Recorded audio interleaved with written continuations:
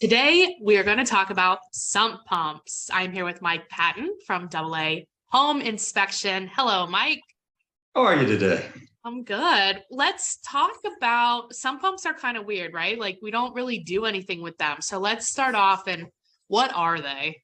Sub pumps. If you think about your home, if you have a basement especially, you may have a sub pump.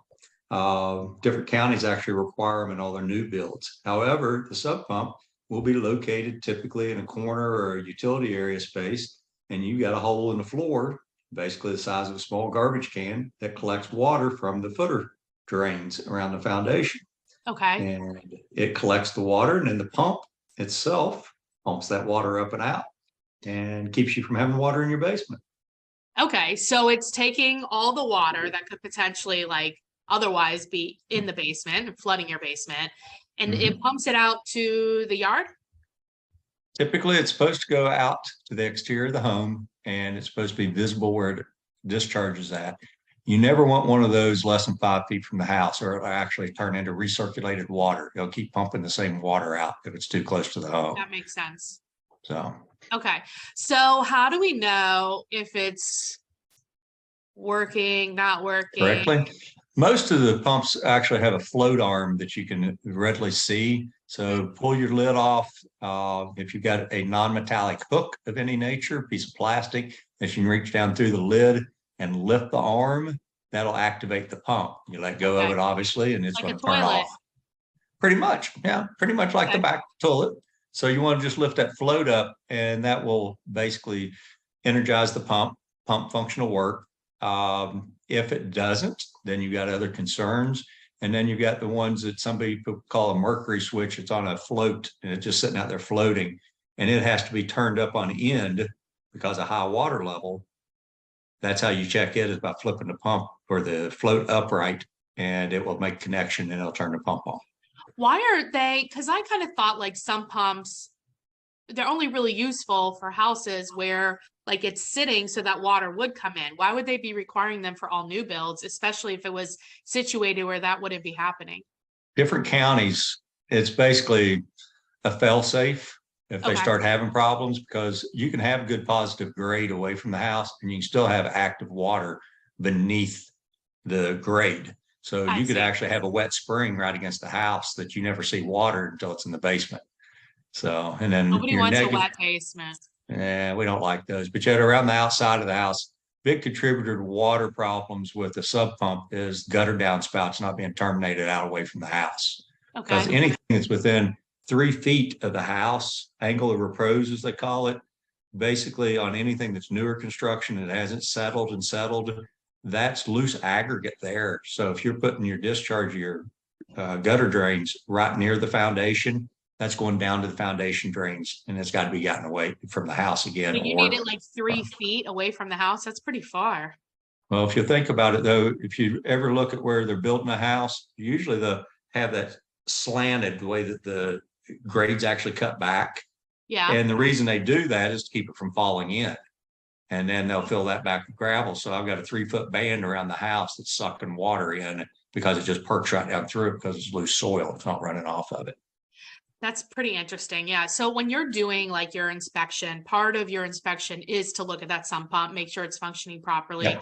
And are you doing that by just like what you mentioned to us, just lifting that? I wish I could tell you it's a non-metallic hook as I told you to use, but yet I use a cable puller's hook, which is a little telescope. Okay. It goes out to almost 3 feet from 8 inches out, and it allows me to just go down through the average pit top and lift those without any issue. I will tell you this, though, is the reason I say a non-metallic hook is if that pump has failed and you reach into that water, it can shock you. Oh. So that's why I'm saying use a non-metallic hook to reach down in, a dowel rod with a hook on it, whatever you want to do. But yet also, if you ever notice the pit smelling fairly strong, there's a good chance that pump's locked up and it's sitting there just heating that water, and that water temperature will increase greatly. And you now have a pump that's failed that's not going to work for you at all. So if the pump doesn't work, the water's going to come up to the top of the pit. And you're going to say, oh, the water's just up near the top of the pit. Or if the water is over top of the pump head, you know it's not working. But if it's dry? If it's completely dry, you're happy. You know, you can energize the pump, but you don't know the pump's actually functioning because there's no water to There's pump. no water, right? But the big thing is a lot of misconception is well, it's just now to the top of the pump lid. Well, a concrete floor can be out by 1 inch without any consideration of any issue at all. But yet, whatever's the lowest level, water is lazy. It goes for the lowest level. You could Right. already have water coming in around that slab and coming into your foundation, and it's not even hit the top of your pump yet or the pit yet.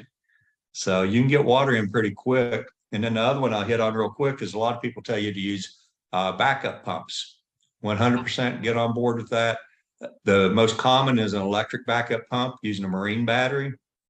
The only issue I have there is if the power is out for any extended period of time, or you're a world traveler such as yourself, and you hear that your power's been off for 2 weeks, you don't have a lot of faith in that battery, right? Right.